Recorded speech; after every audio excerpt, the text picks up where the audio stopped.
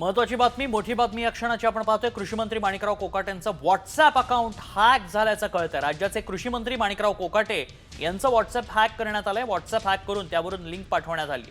ती link download करण्याचं आवाहनही करण्यात आलं होतं। हॅकरनं ती लिंक पाठवल्यानंतर काहींनी ते ॲप डाउनलोडही केलंय, तेव्हा काहींच्या खात्यातून पैसे गेलेत। खात्यातनं पैसे गेल्यानंतर नागरिकांनी कोकाटेंना फोन करण्यास सुरुवात केली।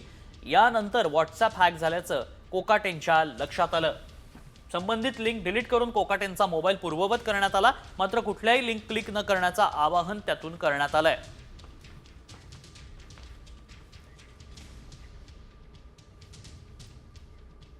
महत्वाची बातमी, मोठी बातमी या क्षणाची आपण पाहतोय। कृषी मंत्री माणिकराव कोकाटेंचं व्हॉट्सअप अकाउंट हॅक झाल्याचं कळतंय। राज्याचे कृषी मंत्री माणिकराव कोकाटे यांचं व्हॉट्सअप हॅक करण्यात आलंय। व्हॉट्सअप हॅक करून त्यावरून लिंक पाठवण्यात आली।